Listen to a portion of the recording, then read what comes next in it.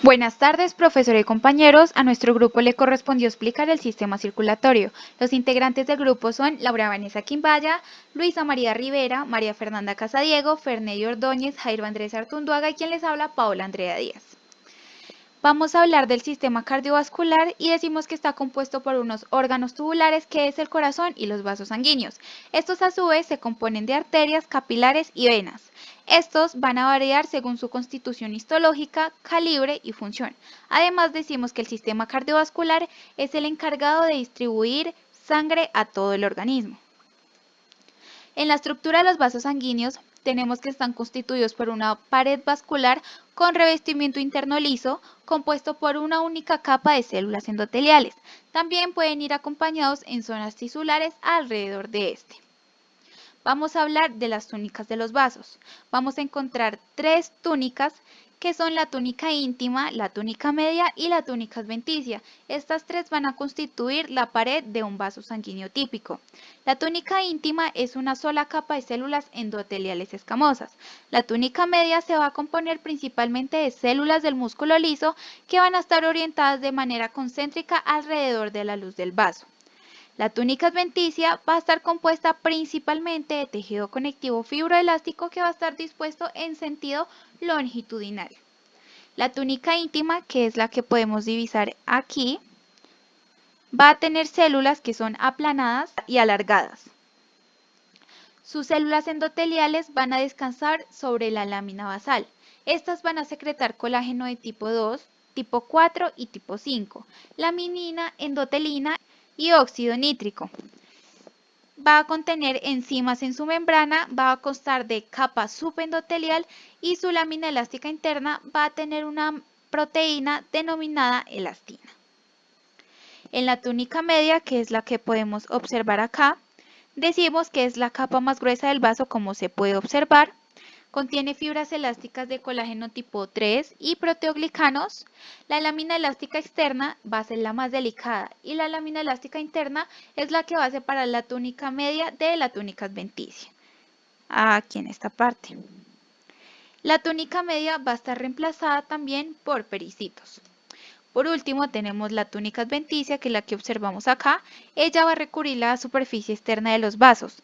Va a estar formada principalmente por fibroblastos, fibras de colágeno tipo 1 y fibras elásticas que están orientadas en sentido longitudinal. Se continúan con los elementos del tejido conectivo que van a rodear el vasa vasorum. Las células más profundas de las túnicas medias y adventicias se van a nutrir por medio de este vasa vasorum. Ahora vamos a encontrar la inervación de los vasos. Por un lado tenemos la inervación simpática.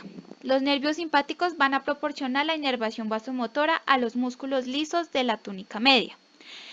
Esta inervación simpática no actúa de forma directa para el proceso de vasoconstricción, porque para esto van a necesitar un mediador que es un neurotransmisor denominado noradrenalina. La noradrenalina es familia de las catecolaminas, es un neurotransmisor encargado del sistema de lucha-huida y es la principal molécula efectora del sistema nervioso simpático. Por otro lado, tenemos la inervación parasimpática, en donde va a inervar los vasos sanguíneos de la cabeza, glándulas, vísceras y genitales. Se va a encargar de producir la vasodilatación al hacer su efecto en el músculo liso. Esta inervación parasimpática se va a encargar de producir la vasodilatación, como ya lo dije, en los vasos, pero no lo va a hacer de forma directa, ya que esta también necesita de un neurotransmisor, en este caso llamado acetilcolina, que va a inducir a la síntesis de óxido nítrico. La acetilcolina también es ampliamente distribuida en el sistema nervioso central. Ahora vamos a hablar de las arterias. Las arterias conducen la sangre del corazón hacia otros órganos, se van a originar de la arteria aorta y se van ramificando progresivamente hasta llegar al lugar de las arteriolas y los capilares. Las arterias reciben inervación del sistema nervioso simpático y van a cumplir dos funciones: la vasoconstricción por medio de la adrenalina y la noradrenalina, y la vasodilatación por medio de sustancias locales como lo son el óxido nítrico y las prostaglandinas. La clasificación de las arterias. Hay tres tipos principales de arterias y se clasifican con base en su tamaño relativo características morfológicas o ambos, desde la más grande hasta la más pequeña. En conclusión, la más grande sería la elástica y la más pequeña sería la arteriola. En este orden, la muscular sería la mediana. Entonces, en las elásticas, como las arterias de conducción, tendríamos la arteria aorta, brachiocefálica, carótida común, subclavia, ilíacas comunes y las arterias pulmonares. En las arterias musculares o también denominadas arterias de distribución, tenemos que la mayoría de las arterias corporales son musculares y por último las arteriolas. Vamos a hablar de las arterias elásticas que histológicamente están adaptadas para mantener altas presiones sanguíneas mediante unas fibras elásticas que se expanden al recibir el flujo y al mantenerlo. Por esta razón serán encargadas de la conducción. En su túnica íntima vamos a observar endotelio de revestimiento. En su túnica media vamos a observar elastina, células musculares lisas y fibras de colágeno con sustancia amorfa. En su túnica adventicia vamos a encontrar fibras de colágeno y fibras elásticas, fibroblastos y macrófagos, vasos sanguíneos que van a irrigar la propia pared arterial y los nervios. Entonces aquí vemos la túnica íntima, que como ya lo vimos anteriormente, es la más delgada, la túnica media que va a contener elastina, células musculares lisas, la túnica adventicia que va a contener fibras de colágeno, fibras elásticas, vasos sanguíneos, fibroblastos, macrófagos, nervios, vasos sanguíneos, etc. Aquí observamos otra imagen en donde podemos ver las células musculares lisas que se encuentran en la túnica media, como lo vemos acá. Aquí tenemos la túnica íntima y la túnica adventicia. Bueno, las arterias musculares, que también son denominadas de distribución, van a comprender la mayor parte de los vasos sanguíneos que van a surgir de la arteria aorta, a excepción de los troncos mayores que se van a originar del callado de la aorta. Y por último, la bifurcación terminal de la aorta abdominal. En la túnica íntima de esta vamos a encontrar endotelio, subendotelio delgado y membrana limitante elástica. En la túnica media vamos a encontrar desde 3 capas hasta 40 capas del músculo liso y fibroblastos. Y en la túnica adventicia vamos a encontrar tejido conectivo laxo, lámina elástica externa y colágeno con fibras elásticas. Aquí tenemos la túnica íntima, en donde podemos divisar el endotelio, el subendotelio delgado y aquí observamos lámina elástica interna que se va a encontrar en la túnica íntima y lámina elástica externa que se va a encontrar en la túnica adventicia. Aquí tenemos otra imagen relacionada con esto, donde podemos observar adipocitos, células musculares, lámina elástica externa que se va a encontrar en la túnica adventicia, como ya les mencioné. Aquí tenemos la túnica media, en la que vamos a encontrar de 3 hasta 40 capas de músculo liso. Aquí el endotelio y el subendotelio delgado de la túnica íntima. Las arteriolas. Estas van a controlar el flujo sanguíneo hacia las redes capilares por contracciones de las células musculares lisas, es decir, que son las reguladoras del flujo hacia los capilares. En su túnica íntima vamos a encontrar una delgada capa de tejido conectivo subendotelial, colágeno de tipo 3, fibras elásticas incluidas en sustancia fundamental, células del músculo liso. En la túnica media vamos a encontrar de 1 a 2 capas de músculo liso y en la túnica adventicia tejido conectivo. Como podemos observar acá, tenemos la arteriola. Aquí tenemos la túnica íntima en donde podemos observar una delgada capa de tejido conectivo subendotelial. En la túnica media podemos observar de 1 a 2 capas de músculo liso. Y en la túnica adventicia podemos ver tejido conectivo. Aquí de igual manera la túnica media con las capas musculares. Aquí con el tejido conectivo subendotelial y la capa adventicia con tejido conectivo. Este es un cuadro que básicamente resume de lo que yo ya les hablé antes de la clasificación de las arterias.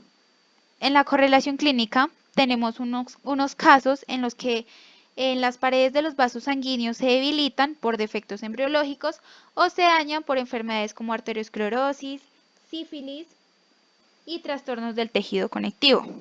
Algunas de estas alteraciones pueden ser el síndrome de Marfan o el síndrome de Ehlers-Danlos. De esto, pueden formar un globo en el sitio afectado y constituir un aneurisma, como por ejemplo lo podemos observar en esta imagen de acá.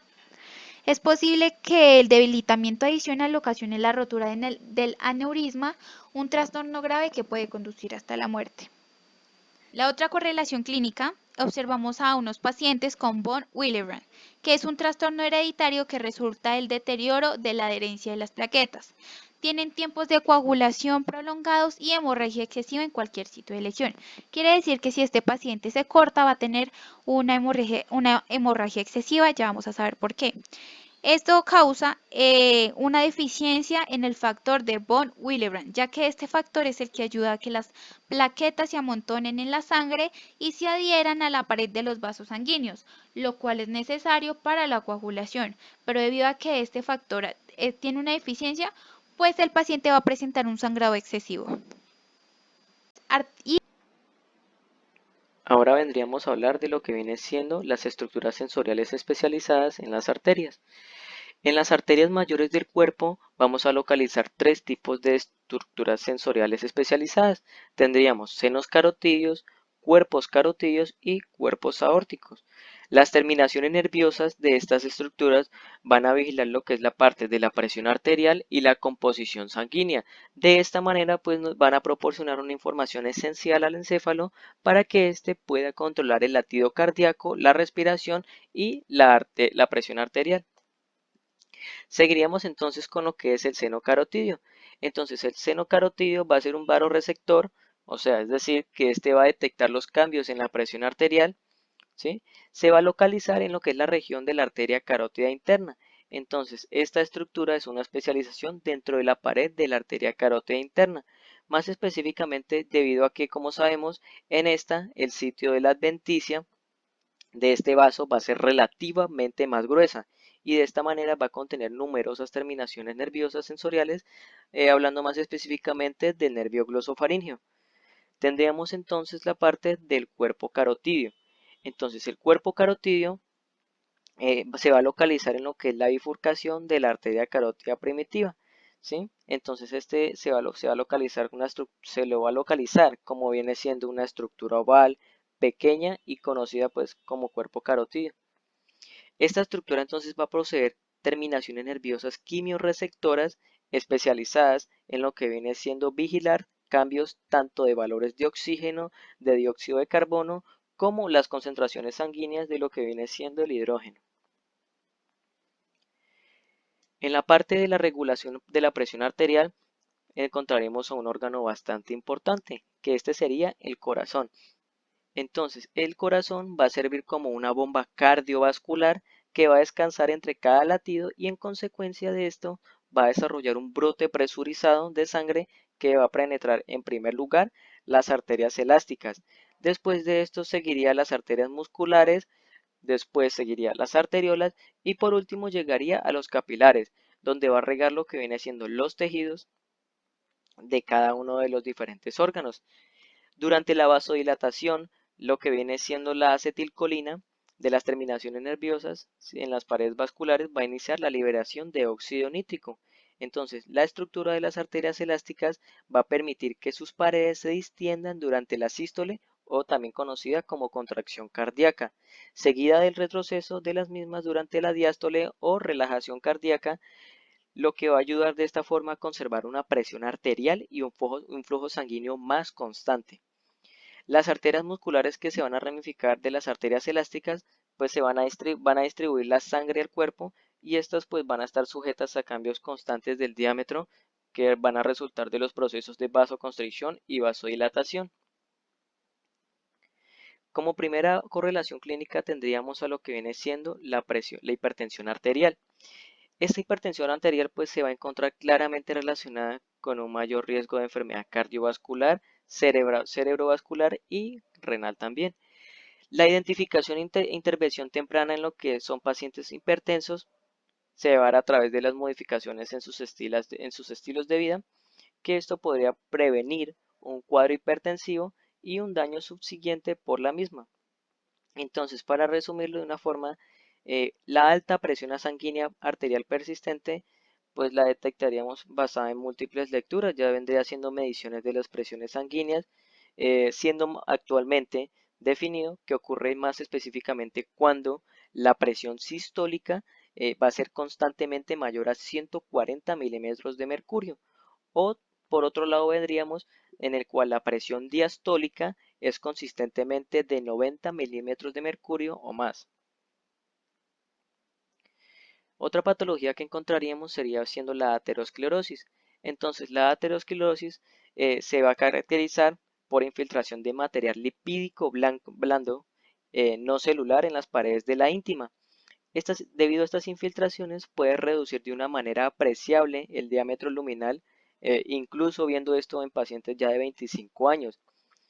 Como tal, aún no se esclarece si estos trastornos van a ser fisiológicos o una manifestación de un proceso patológico, pero ya se ha determinado en lo que viene siendo la parte de las placas, que esto va a ser uno de los procesos que se va a formar en la aterosclerosis, ¿sí? Estas placas fibrosas se van a formar en la capa íntima. En las personas de avanzada edad ya estaríamos hablando de lo que viene siendo una forma patológica. Entonces, para resumirlo, la aterosclerosis va a suceder cuando los vasos sanguíneos que llevan oxígeno y nutrientes del corazón al resto del cuerpo, pues ya sería viendo por medio de las arterias, se van a volver muy gruesos y rígidos, y en ocasiones estos van a restringir el flujo de la sangre hacia los órganos y hacia los tejidos.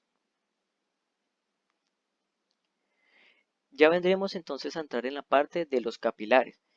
Entonces, pues hablando de forma general, sabríamos que los capilares van a ser compuestos, ¿sí? Van a ser una capa de células endoteliales, o mejor conocidas como vasos sanguíneos pequeños.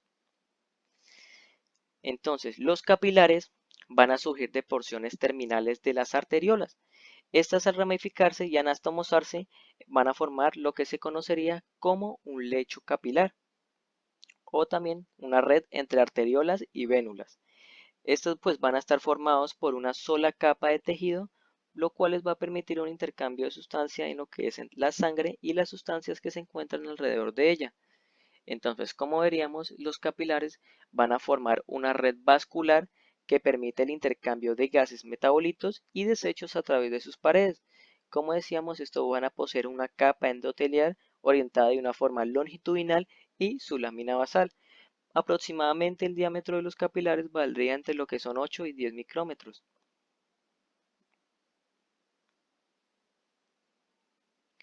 Entonces ahorita encontraremos uno de los componentes bastante importantes de lo que son los capilares, en los que serían los pericitos. Los pericitos o células de Rogers van a ser células murales contráctiles que se envuelvan alrededor de las células endoteliales de los capilares, y también ahí también se envolverían en lo que viene siendo las vénulas en todo el cuerpo. Los pericitos se van a incrustar en lo que es la parte de la lámina basal, donde estos pues se van a comunicar con las células endoteliales de los vasos sanguíneos más pequeños que encontraremos en el cuerpo, pues por medio de un contacto físico directo y de señalización paracrina.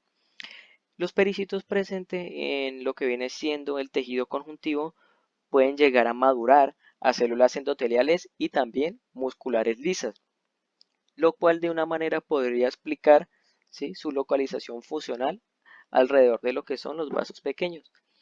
Entonces, de forma para resumir, vendríamos que los pericitos van a abrazar capilares y vénulas, van a ser prolongaciones primarias que van a seguir el eje largo del capilar.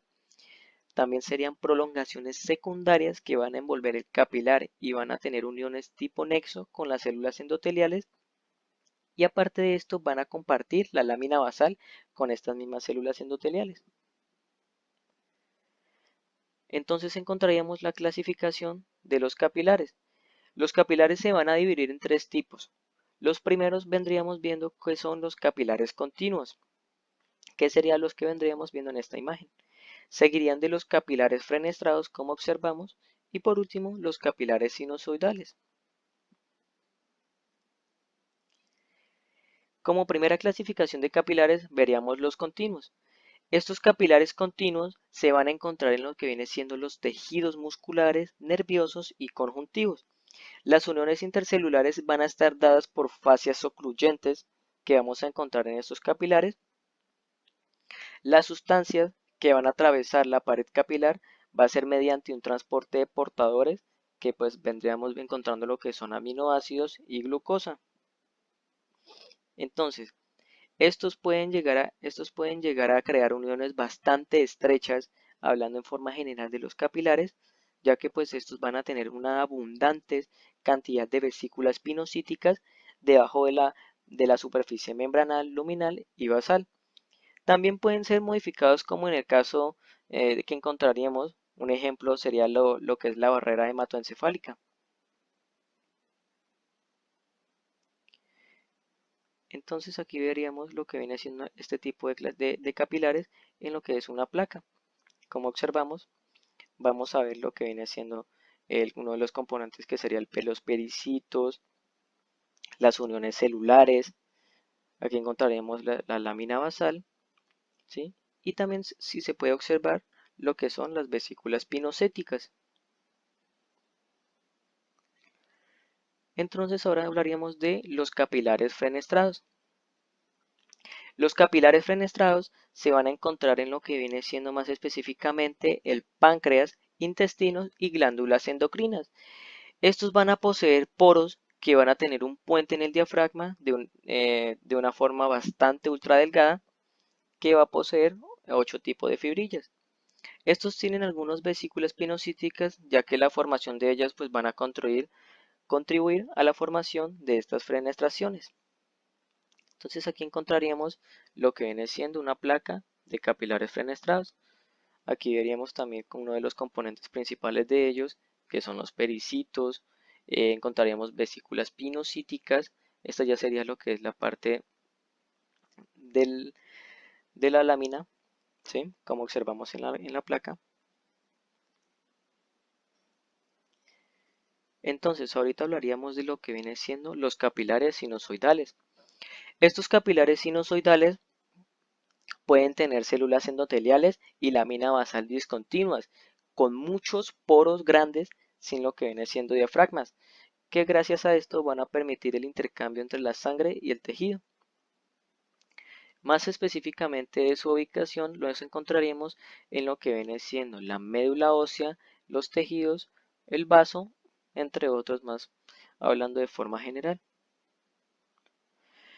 Entonces, ahorita hablaríamos de lo que es la regulación del flujo sanguíneo en lo que son los lechos capilares. La regulación del flujo sanguíneo la vamos a encontrar mediada gracias a lo que se conoce como anastomosis arteriovenosas. Esto que se le conoce como anastomosis arteriovenosas no va a ser otra cosa más que conductos alternos que van a permitir el paso directo de la sangre de la parte arterial a la venosa.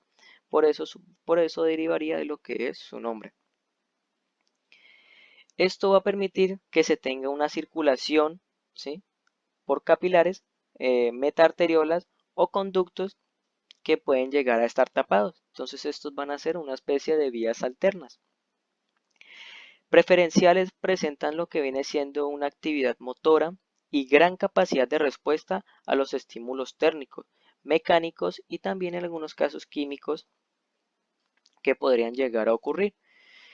Estos van a ser bastante numerosos en lo que hablaríamos la parte de la piel, ya que pues van a permitir que la sangre no vaya a circular por los lechos capilares de la dermis, pues a fin de conservar el calor corporal.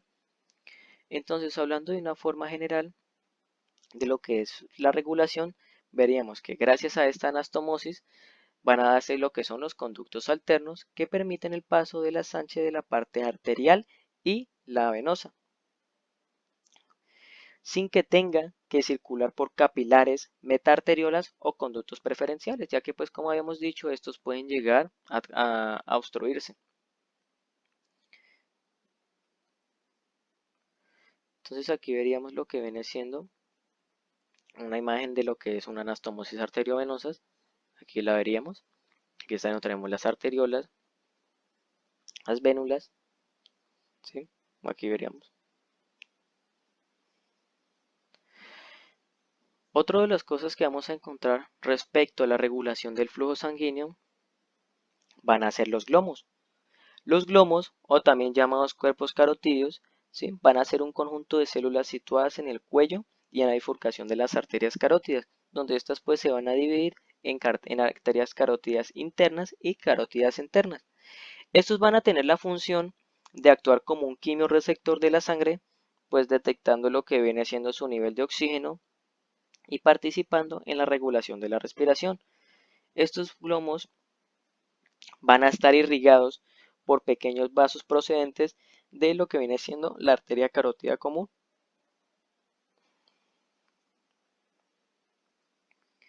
Entonces, ahora nos hablaremos de la parte del conducto renal. La sangre, como sabemos, va a fluir por un sistema arterial controlado por metarteriolas o arteriolas terminales. Estas metarteriolas van a formar lo que viene siendo una porción proximal, ¿sí?, aquí la observaríamos en la imagen, una porción proximal de un conducto central, que en este caso sería la arteriola, en tanto que la porción distal de estas, ¿sí?, van a consistir en el conducto de desagüe. Entonces estos van a carecer de esfínteres capilares. Los conductos de desagüe, que ya sería lo que es la parte distal, ¿sí?, van a drenar el lecho capilar y vertir la sangre en lo que son las vénulas pequeñas, que ya serían con las que se conectarían de forma posterior.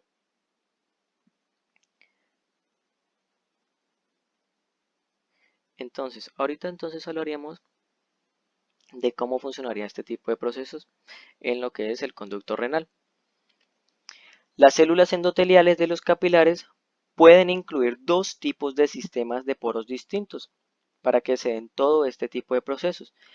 El primer sistema de poros sería por medio de lo que son poros pequeños, que estos van a ser discontinuos entre las uniones de las células endoteliales, y ya tendríamos el otro sistema que serían los poros grandes. Estos van a estar representados por fenestras y vesículas de transporte. Entonces, como observamos en la imagen, nos ubicaríamos en lo que es la imagen A. En la imagen A podemos observar lo que viene siendo vesículas pinocíticas que se van a formar en lo que es la superficie luminal. Estas van a atravesar las células endoteliales y van a liberar su contenido en la superficie opuesta, que sería el espacio del tejido conectivo. En la imagen B vamos a ver lo que son vesículas derivadas de la red de Golgi-Trans, ¿sí?, que estas pues ya sabemos que van a poseer cubiertas de clatrinas y moléculas receptoras. Estas se van a fundir con la superficie luminal de las células endoteliales y van a captar ligandos específicos en lo que es la luz del capilar. De esta forma, posterior a lo que viene siendo la liberación, estos van a desprender y van a atravesar la célula endotelial. Esto con el fin de fusionarse con la membrana de la superficie opuesta y liberar su contenido también en espacios de lo que es el tejido conectivo. Por último, en la imagen C, encontraremos en las regiones en las que las células endoteliales van a estar bastante atenuadas. Las vesículas pinocíticas o derivadas de la red Golgi de Trans pueden llegar a fusionarse entre sí para formar lo que son fenestraciones pasajeras a través de todo el grosor de la célula endotelial. De esta forma pues van a permitir que el material pase entre la luz y los espacios del tejido conectivo. Ya encontraríamos en la parte de las venas. Estos van a ser bastante importantes. ¿El por qué? Como sabemos, las venas van a ser vasos sanguíneos que van a conducir la sangre desde los capilares hasta el corazón. Generalmente pues sabemos que las venas se van a caracterizar porque contienen sangre desoxigenada, que pues esta posteriormente se va a reoxigenar por lo que viene siendo su paso en los pulmones, y también porque van a transportar dióxido de carbono y desechos metabólicos procedentes de los tejidos. Entonces, como habíamos dicho, las venas vamos a compararlas en lo que viene siendo respecto a las arterias. Estas, como sabemos, van a poseer un mayor diámetro en comparación a las arterias. Sus paredes, pues a pesar de ser bastante más grandes, ¿sí? Al ser bastante más grandes que las arterias, van a ser mucho más delgadas. De esta forma, su contenido en cuanto a músculo, ¿sí? De tejido muscular, va a ser menor. Va a tener mayor tejido conectivo en lo que es la pared y estas van a tener una caracterización única que no tienen las arterias, que van a ser las válvulas. Estas válvulas pues ya veríamos que van a funcionar como una especie de obstaculizador para que la sangre no se llegue a devolver. ¿Sí? De esta forma la sangre va a fluir en un solo sentido, ya que pues sabemos que en las venas va a haber mucha menor presión a diferencia de las arterias. Entonces, en cuanto a la caracterización de las venas, encontraríamos que ellos van a poseer tres tipos de túnicas. La primera que encontraríamos sería la túnica íntima, o que sería la más profunda. Esta va a estar compuesta de endotelio, células musculares lisas en algunas ocasiones. Seguiríamos de la túnica media, ¿sí? Que esta estaría compuesta de fibras elásticas y colágenas y también fibras musculares lisas en cantidad bastante variable, ya que pues puede variar dependiendo del diámetro de las venas. Por último encontraríamos lo que viene siendo la túnica externa. Esta pues vendría siendo la más gruesa y pues gracias a esto va a poseer fibras de colágeno y elástico y fibras musculares lisas. Entonces aquí tendríamos lo que viene siendo una placa A40X, ¿sí? De lo que es una vena mediana pequeña. En ella pues encontraríamos su túnica adventicia, su túnica media y la más delgadita que sería su túnica íntima. Encontraremos células musculares lisas, fibroblastos en la parte de la túnica media y en la túnica adventicia, fibras de colágeno como observamos aquí, tanto en su túnica media como adventicia. A continuación, analizaremos la siguiente tabla donde vamos a encontrar la clasificación de las venas que va a estar dada en base a su diámetro y al grosor de sus paredes. Esta tabla fue extraída del texto de Atlas de Histología de Leslie P. Garner, segunda edición. Los tres grandes tipos de clasificación de las venas van a ser las venas grandes, venas medianas y pequeñas y las vénulas. Los tres tipos van a tener la túnica íntima, túnica media y túnica advertencia o adventicia. ¿Qué vamos a encontrar en la túnica íntima? Que las venas grandes y las venas medianas y pequeñas van a tener la misma composición, es decir, van a tener endotelio, una lámina basal, en algunas va a ser posible encontrar válvulas y tejido conectivo subendotelial. En las vénulas entonces vamos a encontrar endotelio, lámina basal conformada por pericitos y vénulas poscapilares. La túnica media de las venas grandes va a tener tejido conectivo y células de músculo liso. En las venas medianas y pequeñas encontraríamos fibras reticulares y elásticas y algunas células van a estar conformadas por músculo liso. Las vénulas van a componerse de tejido conectivo disperso y unas cuantas células de músculo liso. En la túnica adventicia de las venas grandes vamos a encontrar células de músculo liso que se van a encontrar orientadas en ansias longitudinales, células de músculo cardíaco cerca a la entrada del corazón y capas de colágeno con fibroblastos. Las venas medianas y pequeñas van a tener capas de colágeno con fibroblastos y las vénulas ya van a tener un poco de colágeno y unos cuantos fibroblastos. En esta micrografía quiero que analicemos los componentes entre las arterias y las venas antes de continuar eh, hablando de los grupos o las clasificaciones de las venas. Entonces acá en esta micrografía podemos observar que las venas van a estar conformadas por una pared fina y débil, lo que las va a hacer muy frágiles. Y las arterias van a estar conformadas por unas paredes gruesas que van a tener la capacidad de contracción y las van a hacer muy resistentes. Ambos vasos van a tener una capa interna compuesta de tejido endotelial, una capa intermedia que va a estar compuesta de tejido muscular, si es la que observamos en un rojo más oscuro, y vamos a tener una capa externa conformada de tejido conectivo, que podemos analizar que en las arterias la capa muscular es mucho más gruesa que en las venas y por esta razón las arterias son más rígidas que las venas. Ahora sí, entonces vamos a explicar los grandes tipos de clasificación de las venas. El primer grupo son las vénulas y las venas pequeñas, que van a medir aproximadamente de 0,1 milímetro a 1 milímetro de diámetro. Tenemos que las venas pequeñas van a ser la continuación de las vénulas musculares, ¿sí? Y esas vénulas musculares se van a ubicar a continuación de las postcapilares y van a tener un diámetro de hasta 0,1 milímetro. Las vénulas son muy similares a los capilares en cuanto a las paredes, ya que poseen un endotelio delgado que va a estar rodeado por fibras reticulares y pericitos. El segundo gran grupo van a ser las venas medianas. Esas venas van a drenar la mayor parte del cuerpo, pero van a estar más a menudo en las extremidades inferiores. Su función principal va a ser impedir el flujo retrógrado de la sangre por la acción de la gravedad. Van a medir aproximadamente menos de 1 centímetro de diámetro. Y las válvulas van a representar una característica distintiva de estos vasos. En esta micrografía entonces vamos a poder observar que van a estar conformadas en la lámina basal, van a tener células musculares lisas y un tejido conjuntivo. Van a poseer también colágeno, fibroblastos y principalmente van a tener en su túnica adventicia haces de colágeno y fibras elásticas junto con células de músculo liso. Un ejemplo de este tipo de venas van a ser, pues como dije anteriormente, las venas de las extremidades.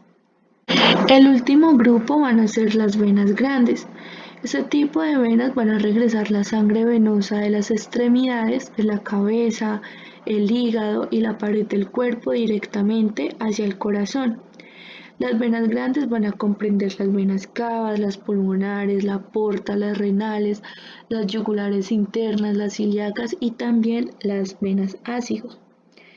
Cabe destacar que las venas pulmonares y las cavas, cuando se van aproximando hacia el corazón, en su túnica adventicia van a contener algunas células de músculo cardíaco. En general, las venas grandes, pues la mayoría va a carecer de una túnica media, pero en su lugar van a tener una túnica adventicia bien desarrollada, que va a estar conformada pues de células musculares lisas, de fibras elásticas y de fibras colágenas, como veíamos anteriormente en la tabla. Las válvulas de las venas van a estar compuestas principalmente de dos hojuelas y cada una de ellas va a estar constituida por un pliegue muy delgado de la túnica íntima que va a sobresalir de la pared a la luz. Las válvulas abundan principalmente en las venas de las piernas, porque ellas tienen como principal función actuar en contra de la fuerza de gravedad, impidiendo el fluido retrógrado de la sangre. Entonces ellas se van a encargar de conducir la sangre en un solo sentido, ¿sí?, hacia el corazón. Esa es la función de las válvulas, impedir que ese fluido pues se devuelva. En esta micrografía entonces podemos detallar finalmente las túnicas de las venas. En la túnica íntima, entonces como hemos dicho, va a estar compuesta pues principalmente de tejido conjuntivo. La túnica media va a tener fibras elásticas y en la túnica adventicia vamos a encontrar como principal componente el vaso vasorum, que es el que observamos acá de color rojo. A continuación, entonces, vamos a hablar de una correlación clínica que es la insuficiencia venosa crónica y varices. Resulta que las venas se dilatan y esto hace que aumenten su diámetro y sean visibles a través de la piel. ¿Pero qué genera eso? Resulta que las válvulas, como vimos anteriormente, tienen como función general impedir el fluido retrógrado de la sangre. Cuando ocurre las varices, las válvulas se alteran y dejan de funcionar correctamente. Esto hace que cierta cantidad de sangre se desplace hacia abajo y por eso es que se ocasiona esas varices y se notan a través de la piel. La trombosis venosa profunda Consiste en coágulos de sangre en una vena profunda, generalmente en la zona de las piernas. Entonces, esta afección es muy grave porque resulta que estos coágulos de sangre pueden desprenderse y alojarse en los pulmones. Los tratamientos que se utilizan pues van a ser medicamentos y medidas de compresión. El corazón.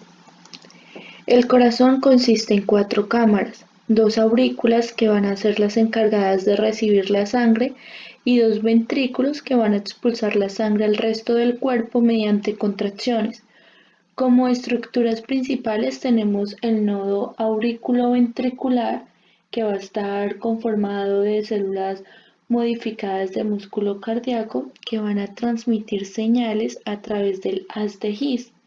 El haz de His está conformado por grandes células que posteriormente van a formar las fibras de Purkinje y de este modo van a permitir la contracción rítmica.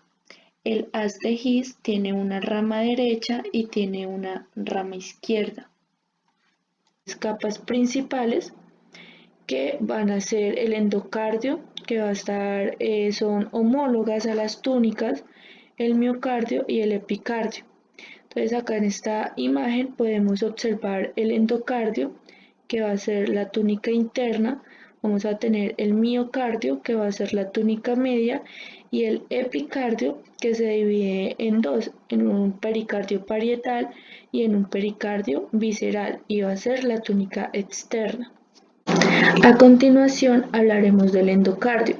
El endocardio recubre internamente el corazón y sus válvulas y está conformado principalmente por 3 capas: una capa endotelial, una capa subendotelial y la capa del subendocardio. ¿Sí? El epitelio escamoso simple junto con el tejido conjuntivo subendotelial van a recubrir la luz del corazón. En esta micrografía observamos el endotelio, que está conformado de epitelio escamoso simple y va a tener una capa subyacente de tejido conectivo fibroblástico, que va a estar compuesto de fibroblastos. Vemos la capa de subendocardio, ¿sí?, que está conformada de tejido conectivo laxo, donde vamos a encontrar vasos sanguíneos pequeños, también encontraremos nervios y las fibras de Purkinje, que son las encargadas del sistema de conducción. En esta micrografía entonces observamos más detalladamente la capa de endotelio, compuesta de epitelio escamoso simple, la capa de subendocardio, que está compuesta de tejido conectivo laxo. Observamos la capa subendotelial, que recubre la luz del corazón, y observamos el miocardio, que lo veremos a continuación. El miocardio es la capa media y más gruesa de las 3 capas del corazón. Esta capa se compone principalmente de músculo cardíaco, que va a estar dispuesto en espirales muy complejas alrededor de los orificios de las cámaras del corazón. En esta micrografía podemos observar los discos intercalares y los núcleos de las células bien definidas. Algunas células del músculo cardíaco cumplen funciones específicas. Por ejemplo, hay unas células que se encargan de fijar el miocardio al esqueleto cardíaco fibroso. Otras van a ser encargadas de las secreciones endocrinas, y del mismo modo van a haber unas células que van a ser las encargadas de generar impulsos. En esta micrografía observamos nuevamente los discos intercalares y los núcleos de las células. Como correlación clínica tenemos la pericarditis, que es una inflamación de la membrana que envuelve el corazón. Esto se puede producir por 2 causas: una por una infección viral y 2 por un infarto. Dentro de los síntomas que presentan los pacientes es un dolor agudo y punzante en el pecho. Los casos leves pues mejoran sin un tratamiento previo, pero ya hay casos que son de mayor gravedad, que ya sí requieren de medicamentos o de cirugía. Finalmente hablaremos del epicardio, que es la capa más externa de la pared del corazón y también se denomina capa visceral del pericardio. En esta micrografía podemos observar que el epicardio está compuesto por un epitelio escamoso simple, que también se conoce como mesotelio. El epicardio se divide en dos componentes, un pericardio fibroso y un pericardio seroso. El pericardio fibroso es la capa externa de tejido conjuntivo y está formado por fibrillas colágenas dispuestas en distintas direcciones. El pericardio seroso se divide a su vez en un pericardio parietal que recubre la superficie interna de la lámina fibrosa y en un pericardio visceral o epicardio que se adhiere al corazón y forma la cubierta externa. Finalmente, vamos a tener una cavidad pericárdica que va a estar formada entre el pericardio visceral y el pericardio parietal. En esta cavidad pericárdica va a permitirse el movimiento sin restricciones del corazón. El esqueleto cardíaco aporta principalmente un marco estructural para el corazón y también sitios de inserción para el músculo cardíaco. Su principal pues es que anula la continuidad entre el miocardio de las aurículas y de los ventrículos y con ello va a asegurar un latido cardíaco rítmico en ciclos. Va a estar compuesto principalmente de tejido conectivo denso y va a incluir tres estructuras principales. Vamos a tener los anillos fibrosos de la válvula aórtica, de la válvula pulmonar y también de los orificios auriculoventriculares. Vamos a tener el trígono fibroso que se va a formar sobre todo en la cercanía del área de las cúspides de la válvula aórtica. Y también observaremos el tabique membranoso que constituye la porción superior del tabique interventricular. Como correlación clínica tenemos la cardiopatía isquémica, que es una lesión en los principales vasos sanguíneos. Va a haber una acumulación de placas que va a provocar que las arterias coronarias se angosten, ¿sí? Y pues esto va a limitar muchísimo la irrigación sanguínea hacia el corazón.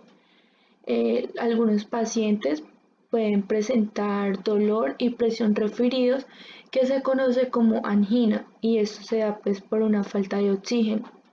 La continuación del estrechamiento da como resultado isquemia de la pared del corazón y esto puede ser a veces mortal. Queremos agradecer su atención, resaltar que nuestra exposición fue basada en el texto de Atlas de Histología y esperamos que sigan fortaleciendo su aprendizaje. Muchísimas gracias por su atención.